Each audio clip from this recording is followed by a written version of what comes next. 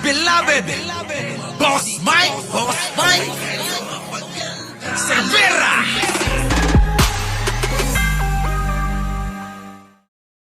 Magandang umaga, magandang hapon at magandang gabi sa amanta ko ng mundo. Naroon kayo syempre. Magandang buhay na rin para sa ating lahat.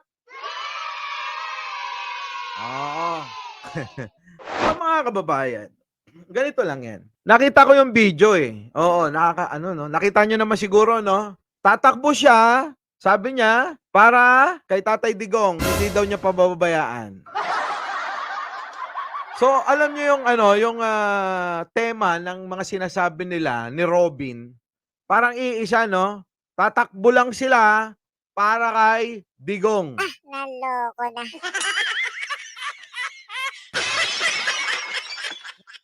Oh, pakinggan nyo ha. Kung yung sinasabi nyo, mahal nyo si PRRD, ako, Ano? ako, ibibigay ko ang buhay ko para sa kanya. Oh, kung yung sinasabi nyong mahal nyo daw si PRRD, si Ipi daw, bibigay niya daw yung buhay niya. Oo. Kay PRRD. Naloko na. Oh, di ba? Oh, tuloy. Siyempre, may paiyak-iyak pa yan. Nako! Biglang yumakap po. Oh. Pagkasabi niya ng ganon, mga boss, lumapit siya. Lumapit siya kay Digong. Tapos, niyakap niya si Digong. Niyakap niya, naka-wheelchair si Digong yata. Naloko na. Boss O'Neil. Naka-wheelchair na nga. Naka-wheelchair ba? Patingin nga. Nakita nyo, naka-wheelchair. Dali nga. Hindi pinakita kung mga boss, kung naka-wheelchair, pero mukhang naka-wheelchair na lang yung matanda, no? No, di ba? No. Yan. So anyway, ayan yun si Ipe. Diyos ko, hindi naman mananalo yan. Maawa kayo sa Pilipinas. Sabi nga dito, pambirang Ipe na yan. Ito, grabe no, si Direk Freddy. Oo, kinopyright. Strike kaya? Kasi si Direk Freddy, nasa Taiwan ako, tumatawag. Bro! Yung video ko, binlock, tapos kinopyright ako. Naloko na. Sabi ko, teka muna, patingin ng video. Isi-send ko sa'yo, bahala ka na. Sabi niyang ganon. Sige, akin na. Oo, kasi mawawala na yan, mawawala. Sabi niyang Naloko na. papanik si bakla. Sige ka na, ako na magpapalabas niyan. Naloko Kaya na. ito ha, sa mga hindi nakakapanood, dito sa kaibigan nating si Direk Freddy, sa kanyang live. Oo ha. Eto, panoorin natin at bigyan natin ng reaksyon yung kanyang reaction.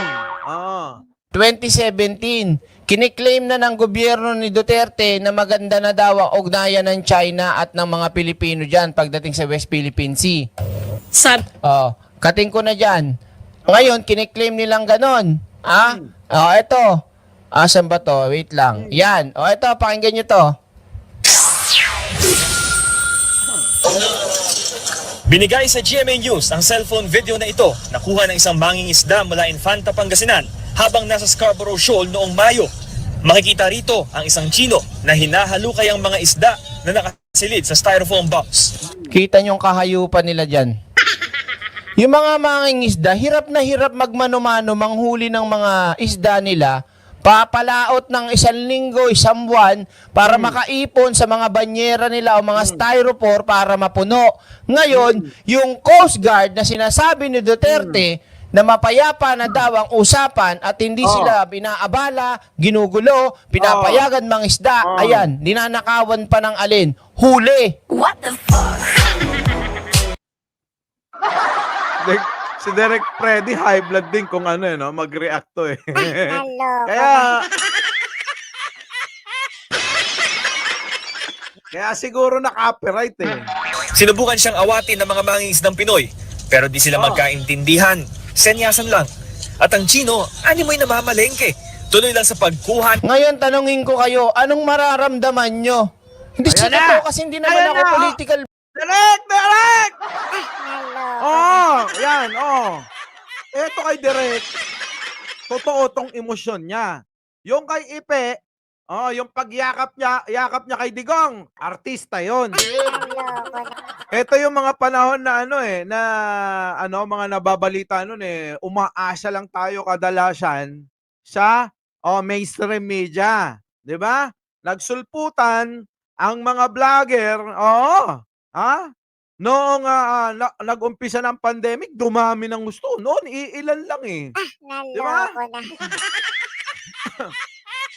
Eksena, nakakadurog ng puso, di ba? Sasabihin ni Duterte na maayos ang sitwasyon ng mga mangingisda noon. Pero dito, lantaran po yan, Pinaghirapan mong kunin. Pinaghirapan mo yan, tas dadating lang yung mga Chinese Coast Guard para mamburaot lang. Tanungin niyo yung sarili niyo, mga DD shit vlogger. Ha? Ng malalaking isda. Maya-maya, bumalik na ang Chino sa speedboat nila at walang iniwang kapalit sa kinuhang isda. Grabe.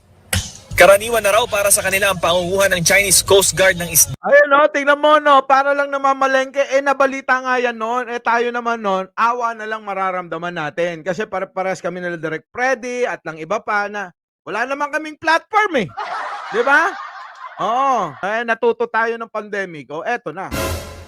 Na walang pagpapaalam. Yung rubber boat na yun, yung malaking tao din na China, yung nagkuka ng isda. Yun, totoo yun. Madalas makiat sa akin. Siyempre, matitira sa amin yung mga mumurahin. Ano pang ibinta namin?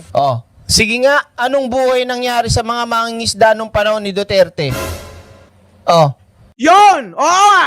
Wala, pinangakuan lang yan ng jet ski. Naloko na.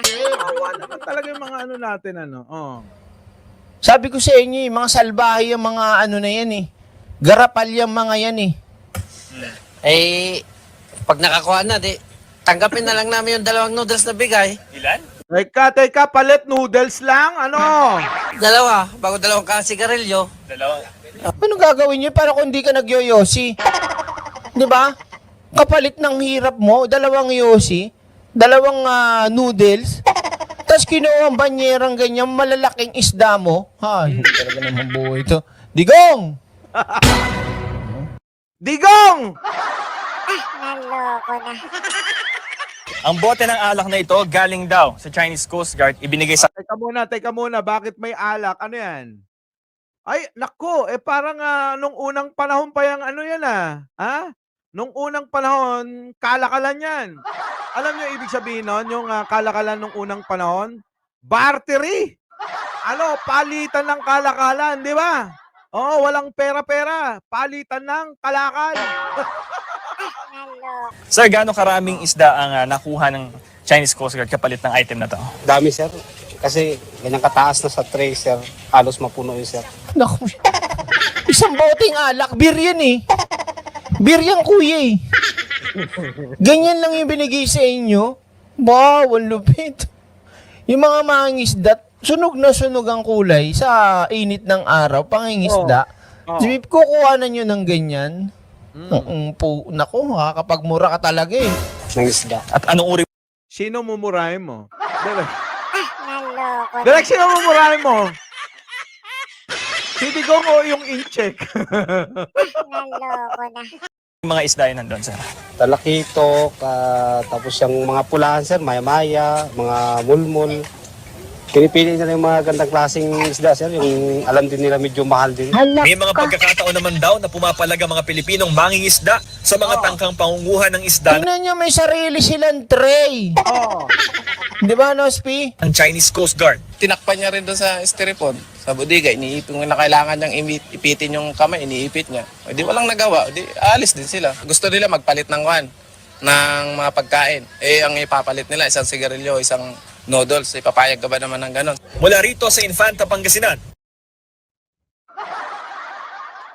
Alam nyo, Talagang kawawang-kawawa yung mga kababayan natin ano. Hindi lang naman kasi yung mga ano, mangingisda mga kababayan, ha? Maging kung inyong oobserbahan, maging yung mga kababayan natin na dumadayo para maging OFW, 'di ba? Kawawang-kawawa eh. Oo. At hindi pa yan. Meron pa mga kaiksena. Meron pa kayo papakita sa inyo. Susulitin ko yung pagsunog kay Duterte. Ano nga ulit ang sabi ni Duterte? Pakinggan ano natin. Anong sabi ni Duterte? Wait lang. Ano sabi mo, Duterte? Oh. China's issue. Did you It's a contested area. You said it's yours, and I will Ito, bagong-bagong video lang ito ha. say it's mine. It's mine. We do not quarrel with that. We do not ask for any solution of this issue now. Or just leave it that way, and as long as there are no military or it was a very good arrangement. Ah. Everybody was happy.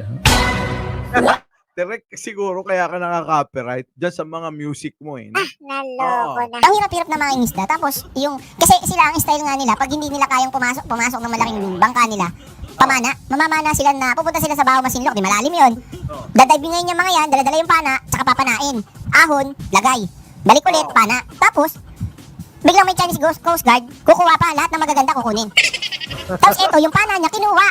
Wala siya magagawa eh. Siyempre, pamilya niya iniisip niya. Kung anong gawin sa kanya. Di ba? Ngayon, Maldives, kayo mga DD shit, mga bobo kayo. Hindi niyo naiisip to? Ngayon mo lang nalaman! Naloko na. Matagal na mga engot yung mga yan! Ha? Kasi nabulag kayo. Kahit ako nabulag ako, inaamin ko eh. Halos wala akong kinita, sir. Ito, baka sabihin niyo fake news to. Ha? And if China should also go there, Yan yung gentleman's agreement na sinasabi niya. Na pwedeng mangisda yung China, tayo. Pero yung China, pag nangingisda, ang lalaking barko. Pag sila nang huli, tonelada. Tayo, ano lang, batya. Banyera tawag doon. Ha? Banyera lang. Hindi. Banyera, hindi pa napupuno. Tapos aarborin pa ng Coast Guard. Hayop talaga. Hindi ko maiwasang matululuha ako kasi nung pinapanood ko to kagabi, doon naiyak ako eh. Kasi sinasabi niya to, pinapanood ko to eh. Habang Kita mo, naiyak si Direk. Totoo yan. Kasi tumatawag pa sa akin yan. Boss Mike, grabe tong mga ginawa ng mga Chinese. Kalukuhan ni Digong ito eh. Ganon, di ba? hanap ako ng video, talagang mapapaano ka eh, nakakaawa nung panahon ng mga isda natin eh.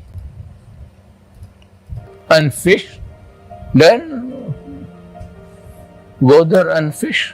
To, sabi niya sa mga China, sa mga Chinese, go there and fish. Pero tayo, anong ginagawa sa atin mga isda? Ninanakawan pa. Oh. Ganito yun, Direk. Alam mo sige,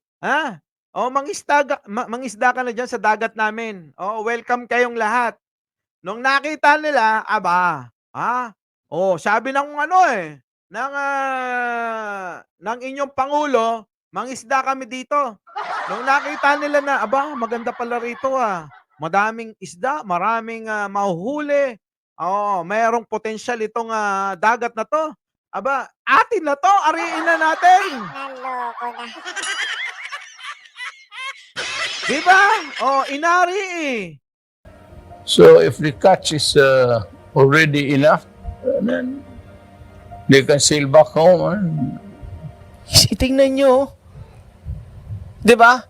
Anong dami ng huli ng isda ng mga Pilipino laban dun sa malalaking vessel ng mga Correct. China? Tapos sasabihin mo, mga isda kayo dun sa amin? Well, I remember you have also expressed your concerns about military troops from the U.S. Kasi ganito yan, una pa lang mga kababayan, dapat talaga hindi yan pinapapasok sa EEZ natin, sa exclusive economic zone natin. Bakit mga kababayan? Kasi nga, tayo dahil late tayo, kulang pa tayo sa mga kagamitan, di ba? lalong-lalo na sa pag-aaral. O ngayon, pinapasok mo yung mga in-check, na-discover nila, tulad nga ng sinabi namin ni Busabos, na maaaring na-discover nila na yan nga yung mga, mayaman siya minerals at kung ano-ano pang mga langis at kung ano-ano pa. Ano ba sabi ni Busabos kanina? Mga carbon, di ba? Yung mga ganon, mga boss. O kaya inari na nila. Philippines, and you believe that probably puts the Philippines into a more dangerous position. Well, I would like to know your current feeling about the US and Mamaya na yung US. Idadagdag ko pa to. Dagdag ko pa sa inyo to. Ipapaalala ko rin sa inyo. Total, may nagbanggit dyan ng Pangulong former President Ferdinand Marcos Edralin Sr. Okay? O ito, pakinggan nyo to. Sabi nga natin, traditional fishing ground nila yun eh.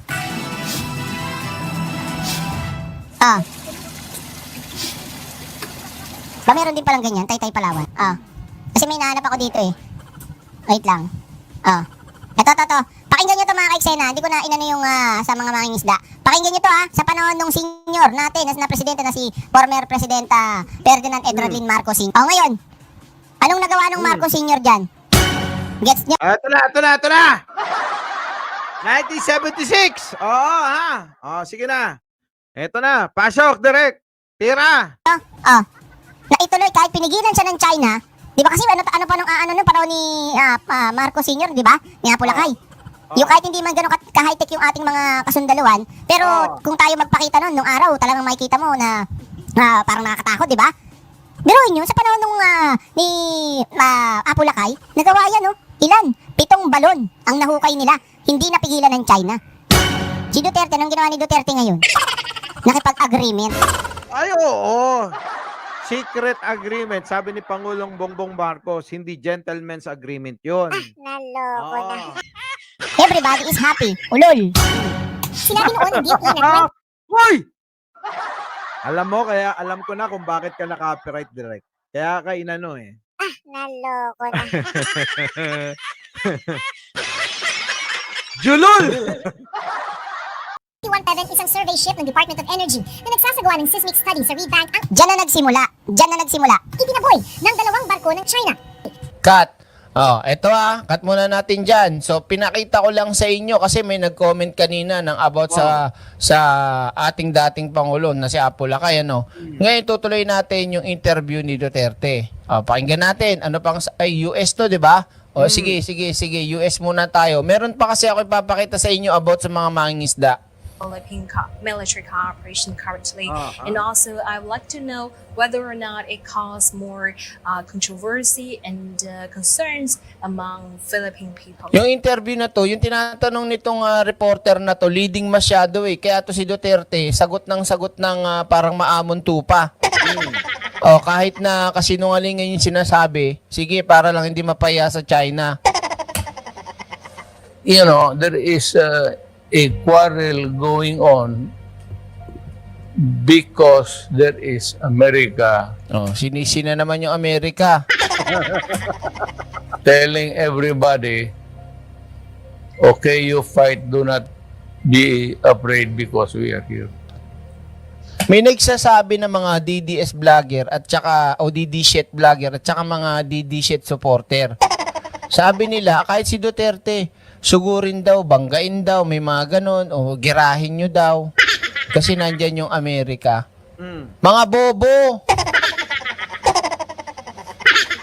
Alam nyo naman kung ano yung pagsisimulan yan, di ba? At kaya papasok lang Amerika pag nangyari na yon. Hindi ko na babanggitin, baka mayari tayo sa YouTube. Di ba? Talagang sila ang nagpapakalat para matakot ang tao. Correct. It's antagonistic at hostile.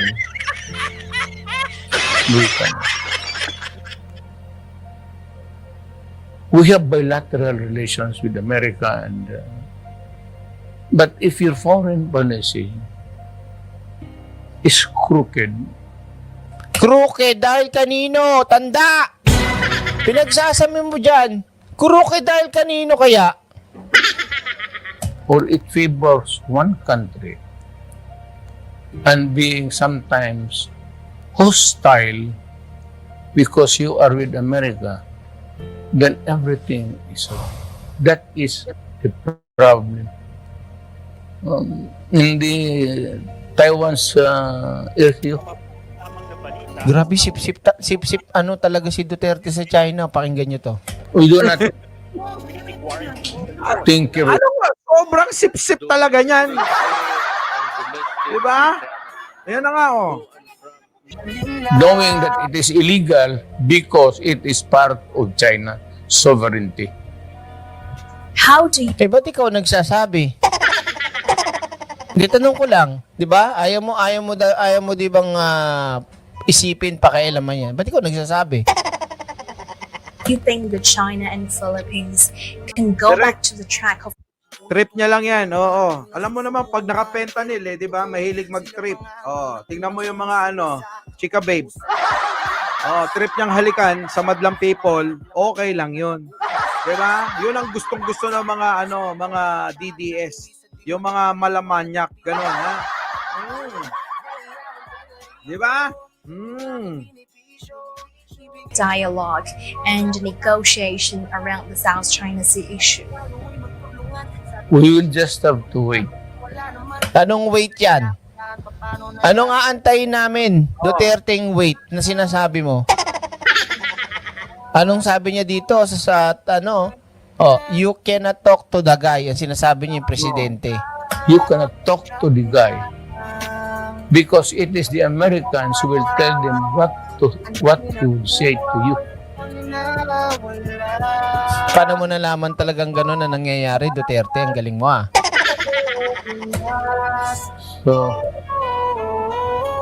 it's forever a cycle of incongruity.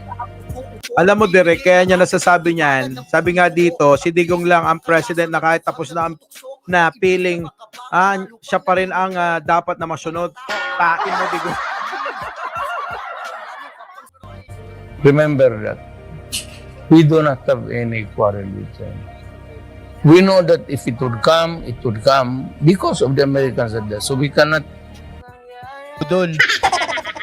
Kaya sa inyo, okay yan. Bakit? Kasi may agreement nga kayo eh. Pabor sa inyo lahat eh. Pinaboran niya eh. Sip-sip tayo sa inyo si Duterte. Diba? Pugo nga eh. Diba ang layaan yung mga Chino dito sa Pilipinas? Pabor sa inyo lahat nung naging presidente si Duterte. Correct! Eto pa, sususugan ko pa, ha? Sususubugan ko pa. Natandaan nyo ba nung nagkaroon ng pandemic? Ang Taiwan, nakalahi nila. Di ba? Ano nangyari? Nagkaroon kagad ng hindi na, pinapasok yung mga turista. Ngayon, mga kababayan, nung hindi na pinapasok ang turista dito sa atin, yung mga incheck, pinapasok ni Digong. Okay lang daw yan. Kailangan papasukin ng mga incheck. Tandaan nyo ba yon? Natandaan nyo? Natandaan nyo ba yon? Nung pinapasok ni Duterte lahat ng mga incheck, nung panahon ng pandemic, doon nga nang gagaling sa China, nag-umpisa ang COVID. Imbis na magkaroon na tayo ng pag-quarantine noon. Ano nangyari? Wala. Ang ginawa niya, sige, welcome pa rin kayo. Pabor na pabor. So sabihin nyo pa, natural, bubulahin nyo rin si Duterte. Lahat ng mga Chinese dito, ang taas ng tingin sa inyo.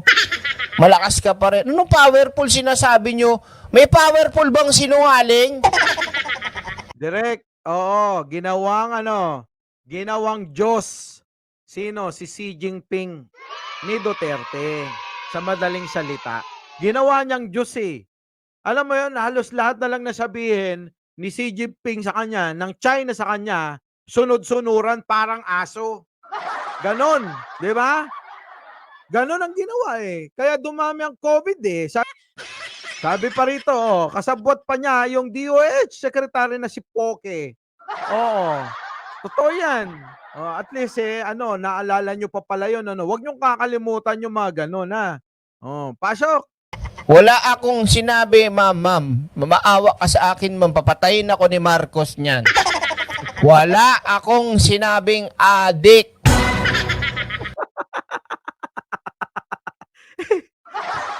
Si Derek, di makalimutan yung sinabi na yun ni Digong ah. Sino ba naman makakalimot sa mga sinasabi ni Digong? Laban o bawi? Ngayon sasabihin niya, adik. Our beloved Boss Mike Cervera.